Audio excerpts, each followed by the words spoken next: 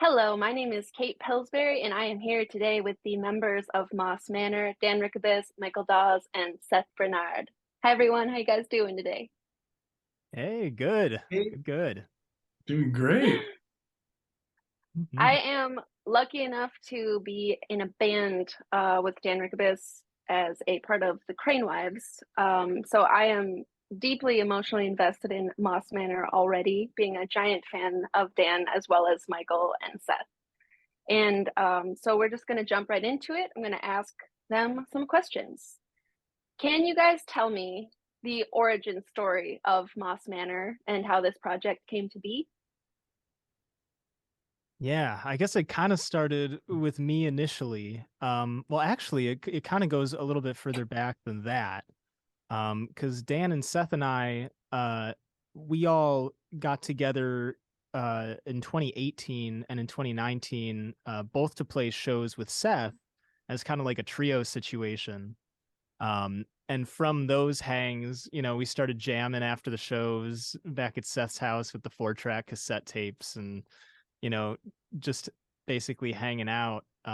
And we always kind of thought that maybe we'd do something at some point in some form or fashion. And then when the pandemic hit, we were all kind of talking in the winter time.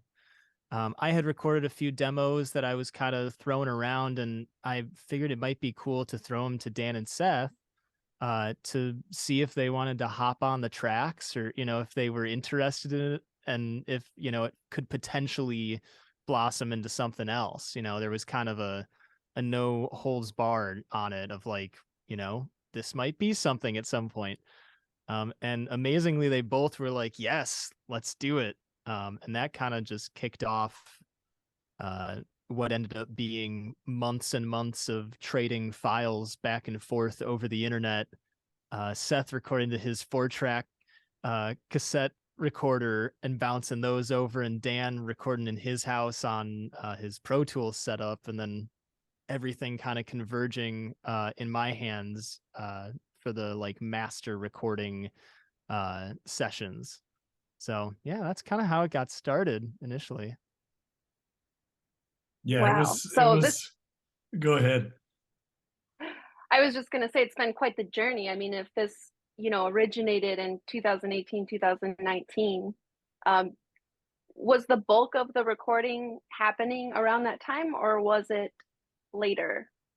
It was definitely later. It was like I think December of 2020 was when I sent you guys those first demos, but some of the tracks on the record, we grabbed some of the early 4-track cassette jams that Dan and Seth and I did after some of those shows that we played and used those as like some of the basis for a couple of the tunes. So I guess technically, yeah, it did kind of start from all the way back in 2018 or 2019. Yeah. And Okay. some of the tunes were sort of grabbed from our personal archives too. So Michael created this folder and we had a Zoom meeting and we talked about some of the themes. We talked about Michael brought up this idea of like rebuilding, and that was a big theme sort of culturally at the time, having gone through a year of the pandemic, and we were talking about sort of the feelings that we wanted to conjure, and moss came up, like this feeling of being mossy or connecting with moss. So the Google Drive folder ended up being called Land of Moss before we had a band name or knew that it was going to become like a project that we would release in any specific form. Yeah, and so Dan and Michael and I all sort of dusted off some like fragments of songs or like a couple of whole songs that hadn't really been fleshed out or released before, but that we felt like, yeah, I like this, and it just feels like it needs more. And it felt really free, like we had built this kinship and this trust and this brotherhood, and it was like, let's explore this. We trust each other with these songs. Like, I trust you to do whatever you want to this on your own, and I'm excited to hear what it is when it ends up back in the folder. and then Michael was sort of the nucleus of it, doing the mixing and really put a lot of time into mixing and editing and putting making these multi-fi experiments cohesive. Wow. Dan, did you have anything that you wanted to add to that? Yeah, I think a big part of that trust just comes from the first seed being the song Anywhere. I think is a huge part of that trust of like, this is a very vulnerable piece that Michael sent to us, and it was the first thing that we worked on together, and we didn't know we were going to be a band, but here's this beautiful kind of heartfelt, really vulnerable song, and Michael was expressing to us how much the song meant to him. And I think it was a big deal that like to send some people that song remotely, and then also the song Rebuild, and just say, hey, anything you want to do. And I remember one of the first kind of like interesting tiptoes that I made was I was kind of like, I have this part that could be sang kind of in between your parts at the end. Is that cool? You know, and receiving that validation and then trying something out and then having things work. It was just so natural. And I don't know about y'all, but I felt like we were just doing something to do it. And that sense of the pandemic really helped this be an outlet just for creativity and sharing, and to create some sense of community during such a lonely time, and sending things back and forth. But then I didn't really know it was going to evolve into a band. And it was almost like this, the process itself kind of told us we should be a band. As we, like Seth said, then all of a sudden Seth and I are saying, well, here's this unfinished home recording that I've got. What can you do to kind of flesh this out? So that creative trust has been like a huge theme for me, and I'm very grateful for it. Yeah, it seems like with the pandemic kind of in the backdrop of the album, it really lends a lot to kind of the terrain that you cover in the album. It's a very musically dynamic, emotionally dynamic album. I think the theme of trust is really apparent in the lyrics even. Can I ask you, you said that you're each doing this in different geographical locations. I know, Dan, you were in Grand Rapids. Seth, I assume you were in Northern Michigan. Yep. Michael, where were you at that time? I had just moved to Grand Rapids a couple months earlier, so I was also in Grand Rapids, but it kind of changed over the course of recording the album. I was in my basement at first just recording things, and then kind of midway through the album, I opened up the studio and kind of came in here, and like Dan and I did some overdubs in here later on in the process. And it was kind of like this space also evolved with the record, which was kind of cool. Wow. There's also other instrumentation that shows up on the album. I think I heard some saxophone. There's like vocal recordings that are happening that you seem to have sourced from somewhere. There's drum machines and regular drums. So many luscious guitar tones, I have to say.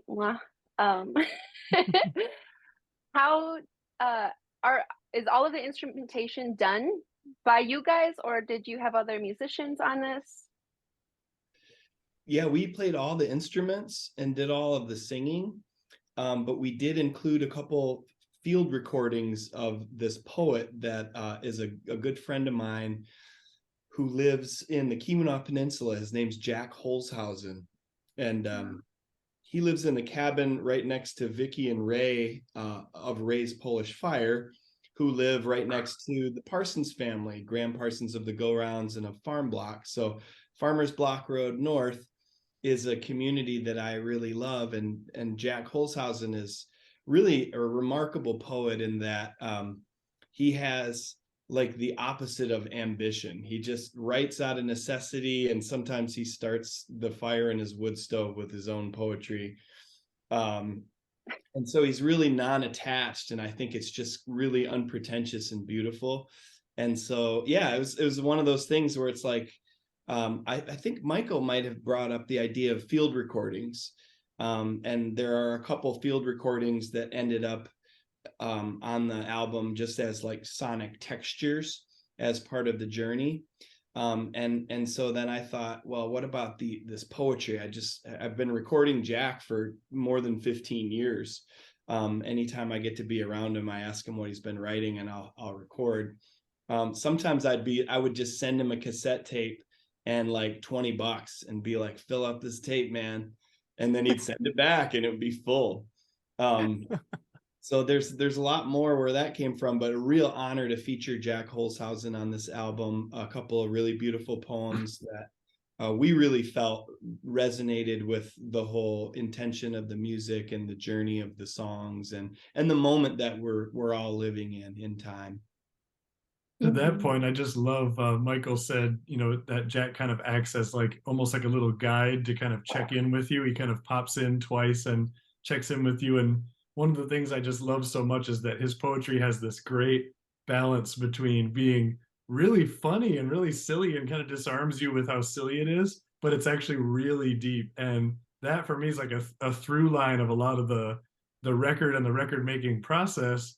Some of the ideas even were kind of silly, like, what, you're gonna loop this cassette tape recording and whatever, but we're gonna put something really meaningful over top of something silly. And that kind of in my head, that's like one of the main reasons that Jack is just kind of a perfect guide through the experience.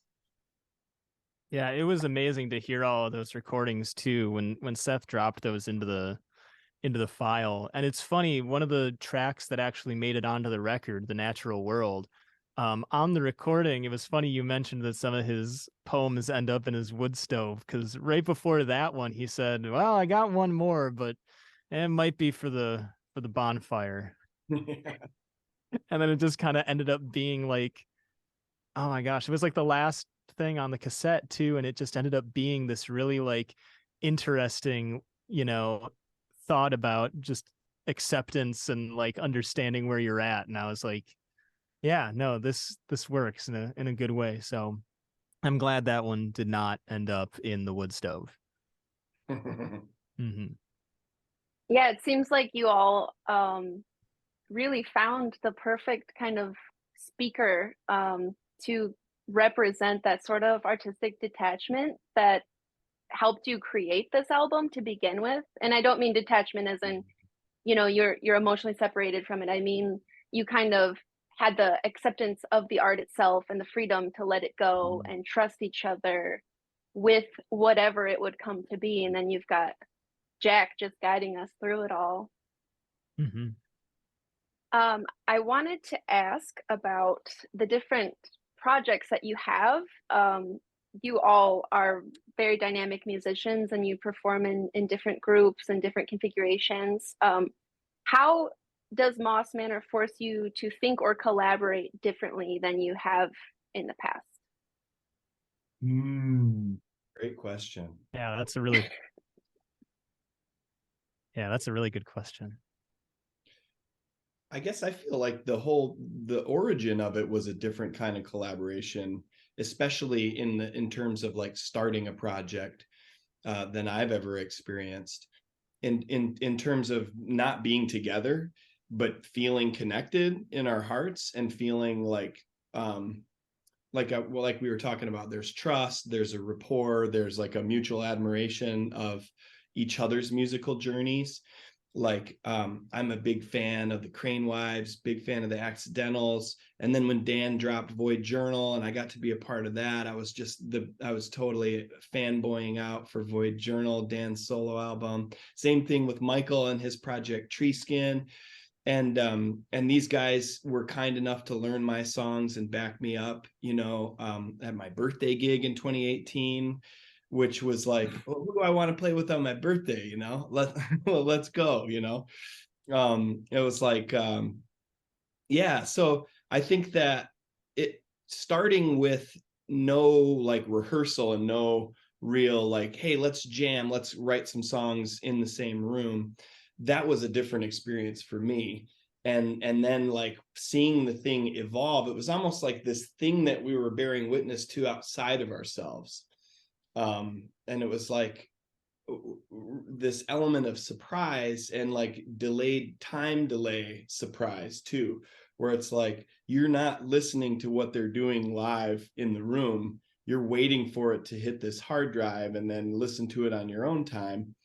And so I think that added an element of just like anticipation and excitement when we did get together in person to record more on the album. And then just very recently, we've created a whole album before we'd ever tried to play even one of the songs together.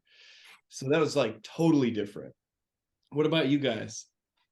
Well, and I think this album, I think it played to what I like to do in a good way, because I've always been somebody that is very easily frazzled by other energies in like a studio setting or like in a writing session. And sometimes I just kind of like to go disappear into a hole and like write a bunch of stuff and then come back out with it.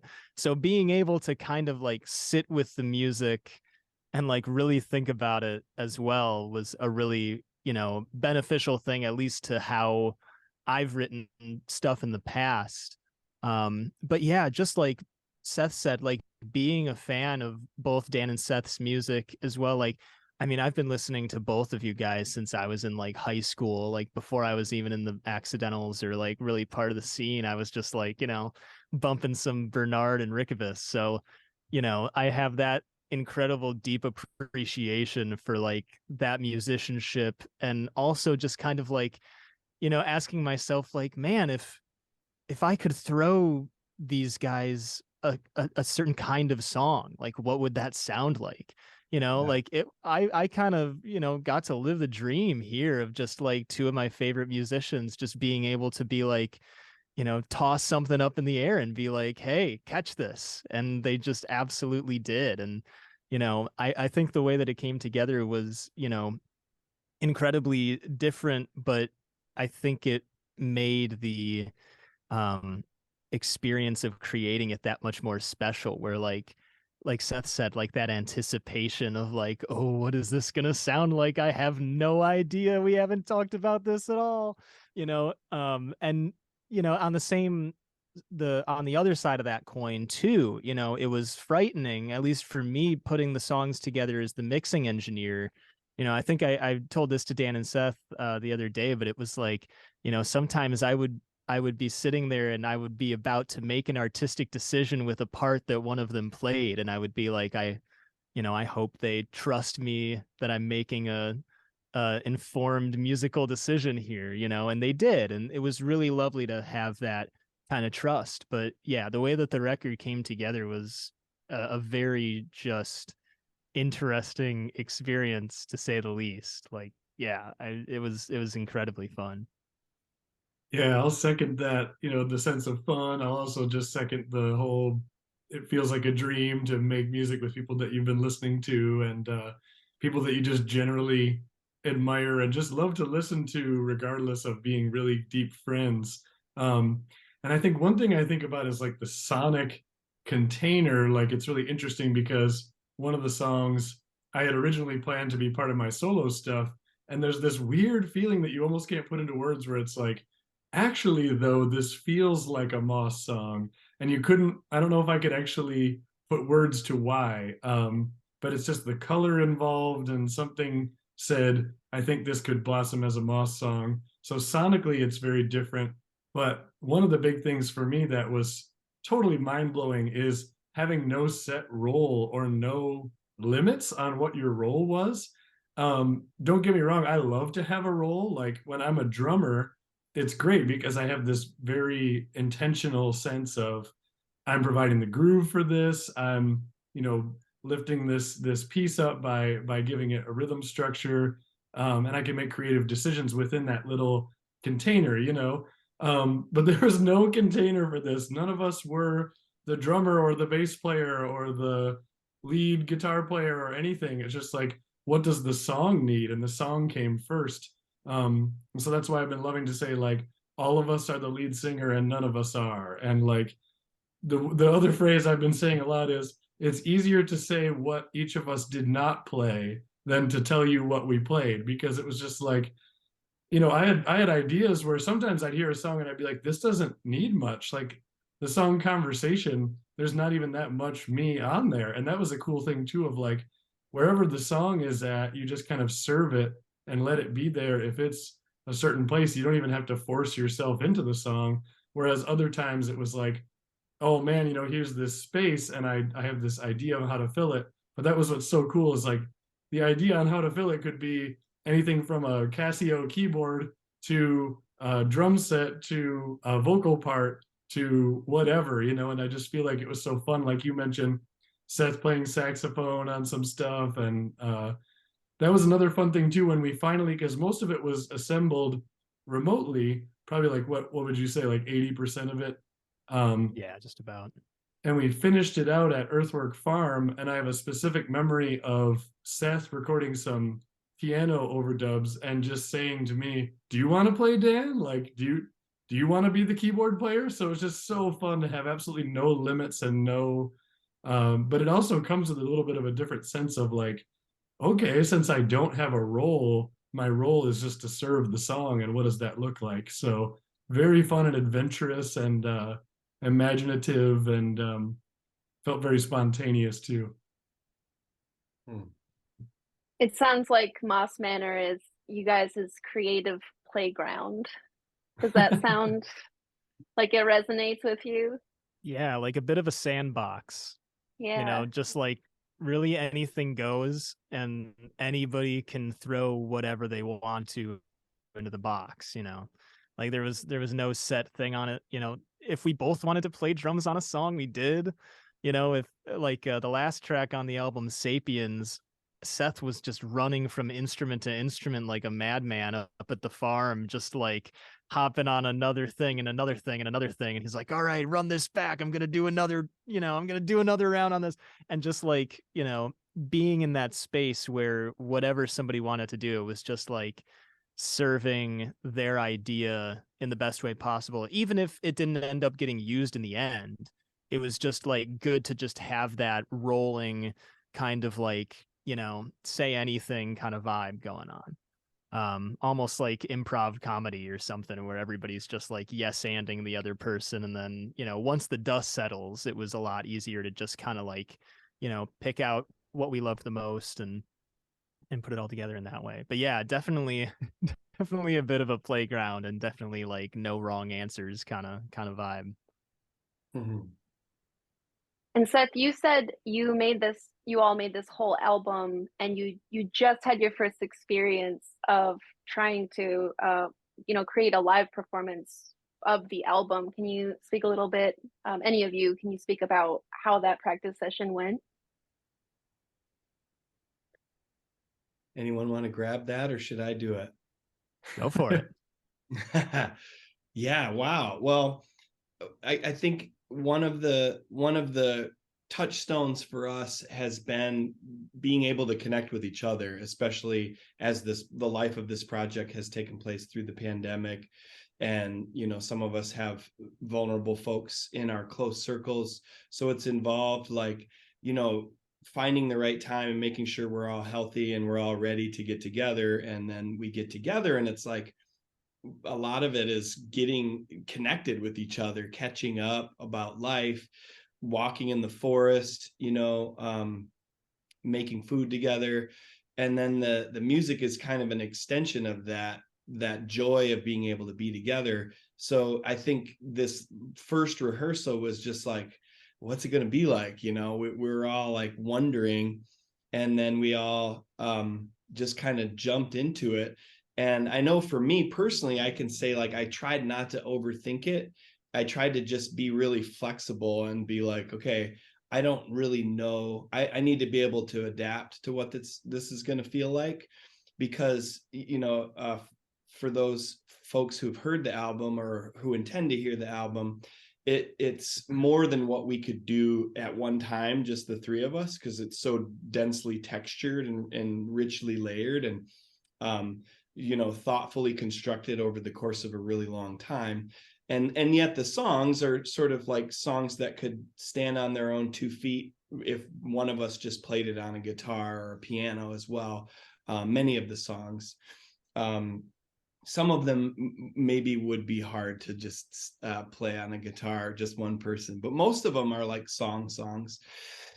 So yeah, we just kind of got in there and we're like really excited, and we started with the song we want to play first at our first gig. And really getting invited to play at the Jammies was the impetus. It was like, okay, we want to play a gig. Yeah, well, when are we going to rehearse? So then it's like, okay, we have this gig, we have a responsibility to learn the songs, and then a responsibility to each other. And it just felt so good. It was just like, jumping off a cliff into a body of water, and you get in the body of water and it's just full immersion and like belonging. But that jump was a little bit like, woo, here we go. Mm-hmm. Yeah, but I think too, we kind of set the intention that like it's okay if these songs don't sound exactly how they sound on the record. There's a time and a place for that. I think eventually we've mulled over the idea of putting a little bit of a larger live band together to kind of like give these songs a bigger berth. But for the first outing, we were kind of like, let's keep it pretty simple, pretty bare bones. Let's just like rock it out and play some of these tunes to see how they feel in our bodies. And if you start smaller, you have a more space to then grow, and getting that foundation down first, I think, was important. So, we rehearsed as a trio, but then we're going to add a bass player, and that's going to be the only other person that'll be part of that show. But then in the future, like, who knows? Maybe we'll get someone to do keyboards or slide guitar or saxophone, or, who knows? We might set up 2 drum sets on stage and go at it. So we're throwing around a lot of ideas, but yeah, it just felt good to be able to like hear these songs outside of the context of my computer screen, and be like, oh, these are real, these are tangible songs that, that I'm playing with these guys like for the first time in a room, after this huge journey we just took to construct them, and then kind of breaking it back down into its basic elements. It was awesome. Yeah, I'm feeling really good about it. Yeah, Michael, I love how you talked about how it feels in your body, because to me, like, singing with other humans, like, it made me realize how much singing with other humans is one of my favorite feelings on earth. Because suddenly when we were singing together, this stuff that we never sang together, like, we didn't even hear each other sing it until it was already on the record. And so that kind of first moment when all of a sudden, like, we had apparently already all practiced our harmonies, because as soon as they came out of our mouths, it sounded like a real thing. But I remember even saying that to you, later in Saturday night, just feeling like, I love singing. I love singing with humans, and like the feeling that you get in your body when you feel that harmony kick in, or even just the feeling that you have in your own body of that, the notes coming through you. So yeah, exactly what you're saying, like that tangible sense of it. All of a sudden those songs had a little bit more life, and they had lungs and a heart, all of a sudden. So it's a special thing to have people that you feel comfortable enough with, to just express like that. And I think we're really lucky for that. Smiles Beautiful. all around too. I mean, we were grinning pretty big at the opportunity to play these songs that we've gotten to know so well in real time with each other, and to sing together felt really good. Yeah, you guys really brought it full circle from this project that you created in a time of, societal deep isolation, to then, a couple years later being together in the same room, breathing, being bodies, being humans. That's really, really something special. I'm going to ask each of you a special question now. Seth, you have to be one of the most prolific songwriters I've ever met. You are just constantly putting material out in the world.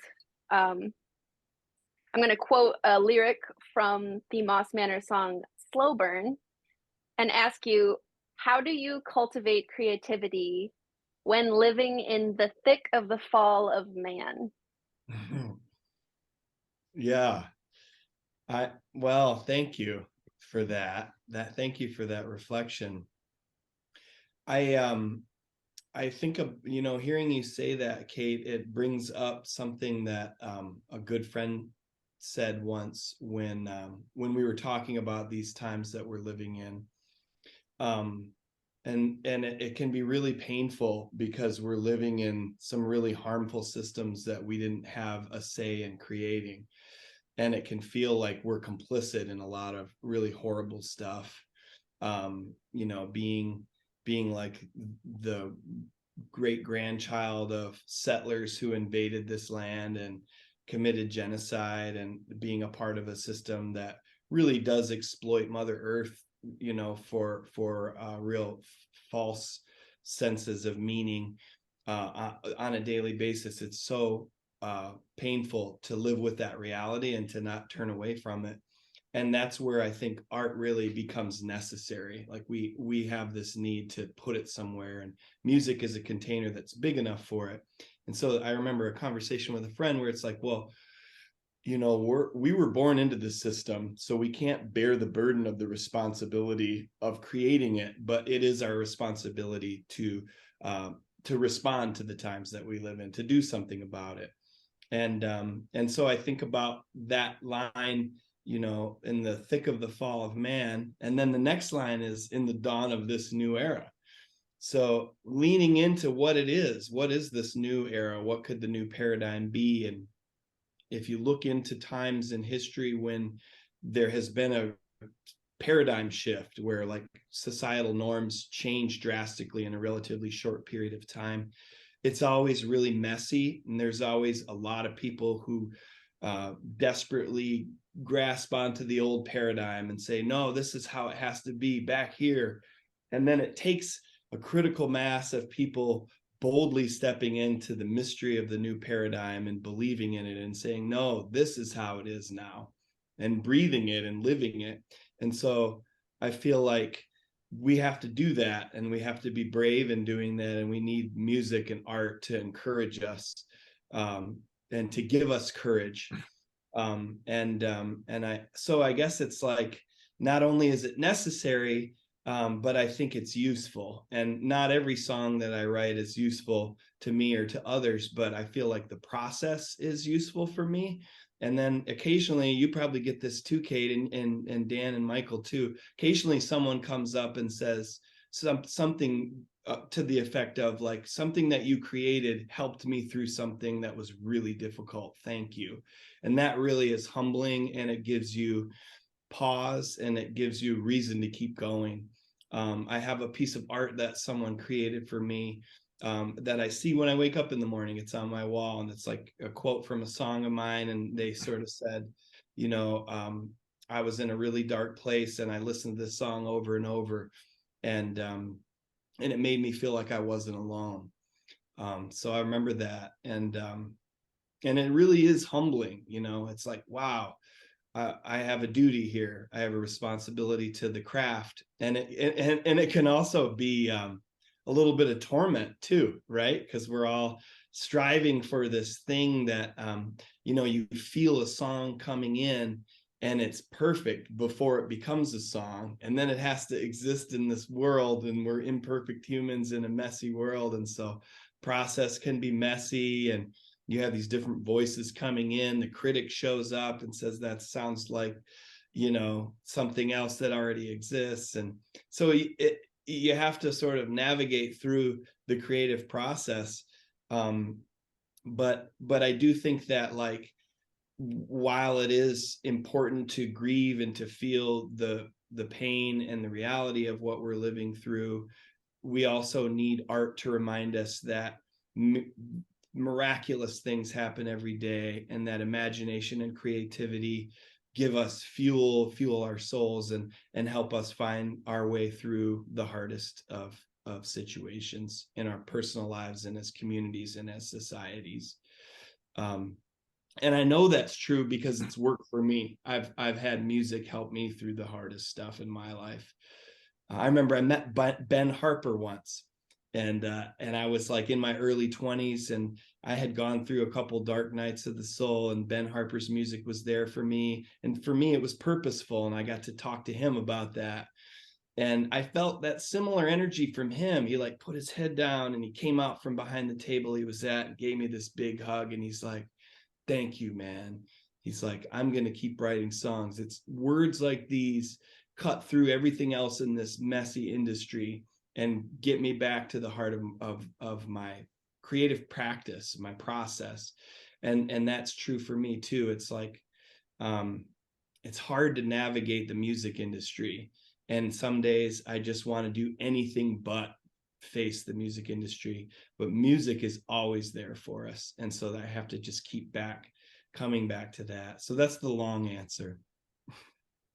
Thank you. It was a beautiful answer. Thank you for sharing that with us. Thanks. Mm-hmm. Does anyone have anything they would like to add to that? I just need to go like, man, come on. That was Well, and I want to beautiful. say too, yeah, that was an amazing answer. I remember the first time I heard that song, Seth and I recorded the basis of that track before the pandemic, like a couple months before the pandemic at a different studio. And during the album process, he threw those kind of demos to me, which ended up being not demos. But I just loved the lyrics. Like it just felt like it belonged. And one of the themes on the record too was all of the main songs on the record are like single word titles. And when he sent that song to me, it had slow burn as one word instead of two. And I was like, this is giving off Moss energy. Like, you know how Dan was earlier saying, like, you know, you're not quite sure why, but this song feels like it should be in the Moss. But yeah, just like that, those lyrics, like when I think about them, and I like sometimes I'll just kind of say them to myself out loud, like I'll get into a slow burn here, like blasting out all I can while I can. Cause like it's important to like give what you want to give while you can give it. And that it's not instant gratification. Like I like that theme of the slow burn. You know, it's not something that's going to come tomorrow. You know, you're going to do a little bit every day and you're going to keep writing every day and you're kind of keep getting better every day. You know, if you put that intention towards something. So I feel like I like the theme of slow burn. It's kind of why I feel like it's in the middle of the record is it's kind of this pinnacle mission statement, I think, for a lot of the themes on the record too. I like this idea of songs as spells. I feel like the Moss Manor album is just full of great spells for the time that we're living in. Okay, cool. Let's see. Michael, now's your turn. So I had the pleasure of having access to the album before, obviously, before the public. And the first time that I listened to it, I think I listened to it out of order, the Google Drive. I don't know exactly what happened, but I listened to Anywhere and I was just immediately floored. I had this feeling of like, oh my God, like this is Michael, this person that I've known for so long. And I just was in awe of your voice and the clarity of your lyrics and the specificity and the song. Like you guys made such a beautiful, gorgeous backdrop of music. That's just one of those songs that's just immediately cathartic and you know, it just has such a vibe to it. I can't romanticize it enough. I'm sorry. But what really blew me away, I mean, when I heard that song as an artist who has been doing this forever, I had this feeling of, oh my God, this is Michael's voice. I've needed to hear this from Michael. I needed to know Michael in that way. And then I just instantly had this thought of, why do I keep my voice to myself as an artist? What do I have to say similar to Michael in Anywhere that I'm supposed to be sharing with the world? Because I felt as a listener that I needed that song. It was just so stunning. Thank you. And then we got to Earthwork Harvest Gathering, where you guys hosted the Moss Manor listening party in the barn. Very beautiful vibes with the album playing and the projected images on the screen. And then you did a Q&A afterward. And Michael, you spoke about some anxiety that you had, particularly before Earthwork Harvest Gathering, where you were kind of flooded with some feelings of doubt and insecurity, maybe some imposter syndrome. And I just really related to that. But it was surprising to hear, because as a listener, none of that is in the music, obviously. And I just wanted to know, what do you think happened there? And how do you push through that anxiety to deliver your voice to the world? Wow, that's a crazy question. I think it is different every day too. Like, anxiety never kind of comes in the exact same form, I think, at least for me. But specifically for all of that, I was just so nervous, because, as the person kind of collecting all of the music for this project and doing a lot of the mixing, like, I had sat with this record alone in a room for like hours upon hours. I mean, I don't know how many hours I put in, but it was like most of what I was working on for the last like year and a half. And so there was just that, just that fear of like, what if everyone hates it? Or like, what if I just am doing something crazy and dumb, and like, like, just only because I had just spent so much time with it and I was so close to it. And once I saw people's reactions, and who was there too, like the friends that came to listen and just sit in it, and show and basically just show up for like what we had to deliver. It was amazing, and I like instantly felt better. But yeah, I just had this crazy like, oh my God, what if I've been working on this and it's just, and people are just being nice to me and no one actually likes what I'm doing, and they're just like, imposter syndrome. Yeah, it's just like, but I think it is just because there was so much emotion and care kind of put into it from all of us, really. Like, it's like having a baby. It's like you've been working on this thing for so long, and once it comes out, you really don't know what life it's going to take on. Like, at the time we're recording this, the album's going to come out in about a week and a half, and I'm starting to get that same tingle, a little bit less now because we've put out some singles and we've gotten some really amazingly kind feedback on the music. But yeah, you just never know where it's going to reach or how it's going to be received by people, or what message somebody's going to take away from whatever was just coming out of your brain on a given day. Like, Anywhere is a song that I like felt really, really, really close to for a long time, because it just felt like a like a true song to me. I'm not sure. It was one of those tunes where like all the words and everything came out in like 15 minutes. And, every artist has had like one of those where they just like snap into a thing and suddenly there's a song that exists. I feel like everybody's had that experience once or twice, and it's crazy when it happens. But it just felt so right. Like, I had just moved to this new place and I was still trying to figure out what my place in this new place was going to be, who I was going to be creating friendships with, and even where I was going to be physically.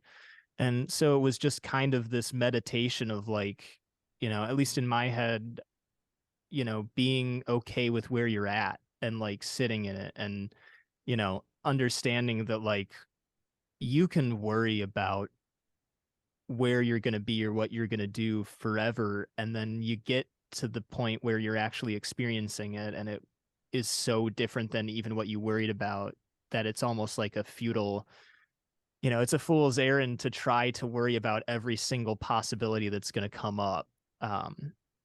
And that song was just kind of this like the refrain on it, that I don't want to go anywhere else, was more of just saying like, here is wherever I am is good enough. Wherever I am at any given moment, like I have to be good with myself wherever I am. And that's like a lesson that I've been learning the last couple of years, because, you know, I mean, as life has unfolded, and especially during the pandemic, you know, we all had a lot of time to sit with ourselves and ask ourselves a lot of different questions about, you know, what we wanted our lives to look like moving forward. You know I talked to a lot of people who had, like, you know, people have like New Year's resolutions. People were having like end of COVID resolutions. Like, what are you gonna do when all of this ends? You know, well, I'm gonna go take a trip to the Swiss Alps and, you know, do all the, you know.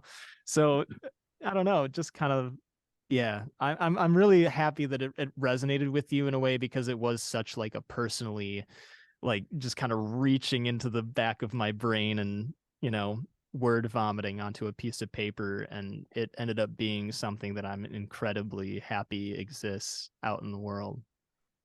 Mm.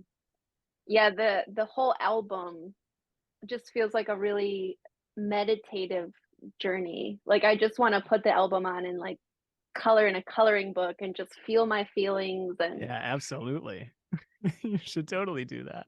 I should do that. It's definitely, you guys have created an experience. It's not just, you know, it's not just songs, like singles that are just all together on the same album. It's definitely a journey that you've cultivated, and it's an honor to be able to witness the music that you've made. I want to ask Dan a question.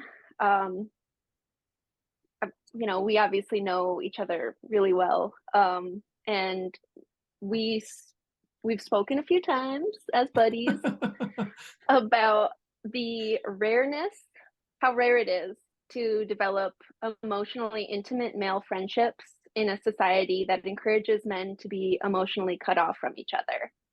Can you speak to how you foster non-toxic masculinity and also closeness with other men, and perhaps specifically that closeness with Michael and Seth? Wow. Yeah, thank you. Thank you for asking that. Yeah, I see Seth patting his heart. I'm gonna pat my heart. Um, yeah, that's a beautiful question. I feel really lucky to know these brothers here. And you know, I've been recently into this, you know, every once in a while you hear a phrase from someone that you admire and it just clicks with you. And I was looking at some stuff that's from a recent Alok and Adrienne Maree Brown presentation that I think is already passed now, but the language that they used in it was this stuff about like what side of you, and specifically one of the ways they phrased it was, what feminine side of you have you had to kill in order to gain approval or gain you know, or to survive, really. And so that's, you know, I think about that. I've thought about that last week a lot since I read it. And I just think it's really important for men to realize kind of the waters that we're born swimming in, and those waters were cooked up for us a long time ago and mixed up for us as this solution a long time ago. And there's this kind of game that's being played where men you know, refuse to show vulnerability or refuse to you know, show sensitivity, all these feminine parts of themselves that are actually, and I'm quoting this again from something else I read recently, but all the feminine parts of us that are what makes us human, and or what would make us connect to each other too. And I feel like, you know, just as we have this kind of mutual encouragement in the band and mutual admiration with musicianship, I've also just loved getting to know Seth and Michael as people, because I feel like we are just completely open and vulnerable and willing to just share, you know, all the different parts of our lives. And I think it gets to a point where it isn't categorized by gender or whatever box that you're trying to put the human experience in. And I think that's what men are really dealing with, is being shoved into this box where we have a role, and there's kind of a toxic game being played of avoiding accountability and all this stuff. And one thing I just love is like the fruit that comes from like admitting you're wrong, the fruit that comes from admitting that you need help, to admitting that you don't have it all figured out, and that, you know, all these things that men are expected to kind of hold up. So I think that's how do you cultivate it? You meet beautiful people who are also looking to share that real human experience. And honestly, you know, in the maybe 3 or 4 times that we've all gotten together, it can feel a little bit like therapy, like a little group therapy session. We had this beautiful session on Earthwork Farm when we were working on finishing the record, where we all took a big sauna. And I know that all of us were just going through something heavy and shared at one point or another. And we're just able to be there for each other and kind of hold space. Um, so I think, how do you do it, to answer the question, like how you cultivate that, is a lot of the things we've been talking about: trust, acceptance of yourself, vulnerability, and like learning that leaning into vulnerability is a really good, healthy, incredible thing. Vulnerability is not the opposite of strength, it is strength. And I think that I'm really lucky to be in a group that feels that stuff. And you know, I think I could imagine someone tuning into this part of the interview and being like, how does this apply to a band?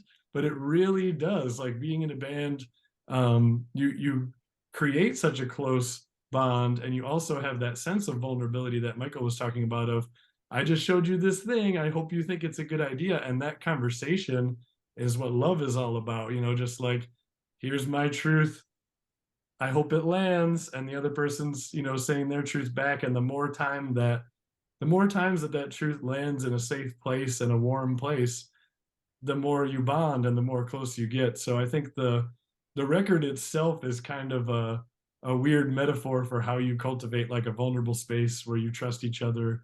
Yeah, but honestly, like, you know, I have to thank Seth and Michael's mothers. You know, I have to thank Seth and Michael's grandparents and fathers too. You know, don't want to leave out the fathers in the kind of prepping for some alternate kind of masculinity other than kind of the rigid norm. And sometimes our fathers teach us that, you know, sometimes our fathers' reactions to things make us teach ourselves how we want to be better men. So yeah, we might have to do a whole nother Zoom call on that, because I'm getting all excited about it. But I do think you can feel that in the tunes. Like, you can feel that with Slow Burn. The 2 tunes we just mentioned in the different songs, like, there's so much vulnerability there. And there's no machismo posing about anything. There's really just kind of like, this is life, and I'm being kind of washed over by this particular wave in life, and I'm not keeping a good swim up, you know, but I'm doing my best. And, you know, I think that's a beautiful thing to be able to express in music. And it's something that people need to hear, not just men, but anybody just needs to hear from somebody else's vulnerable heart. So, not sure how well I directly addressed the question, but that was a fantastic question. And I'm just so grateful we asked you to do this, because you just keep coming in with these very insightful, thought-provoking questions. It's been my pleasure to interview you 3.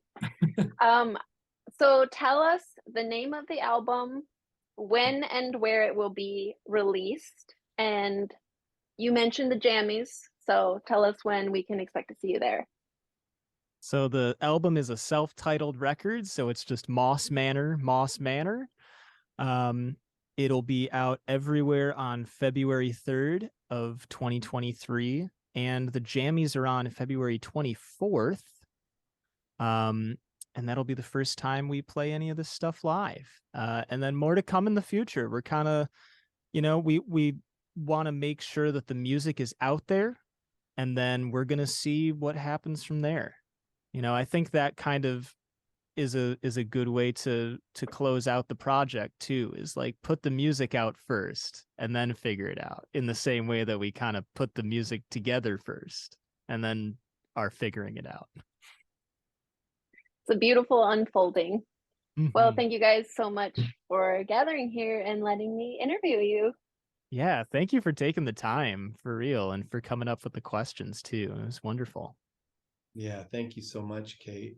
I really think one of the things, another, piece of gratitude that I feel in terms of us being able to collaborate, to be vulnerable, to sing together, is all that we've learned and that we've gained as people from playing in bands with women, strong women, amazing songwriters, amazing singers. Michael and Dan both, playing the drums and singing that third part harmony, with you and Emily, and with Katie and Sav with the Accidentals. And for me, I toured with May Earlywine for so many years, and got to serve her songs and back her up.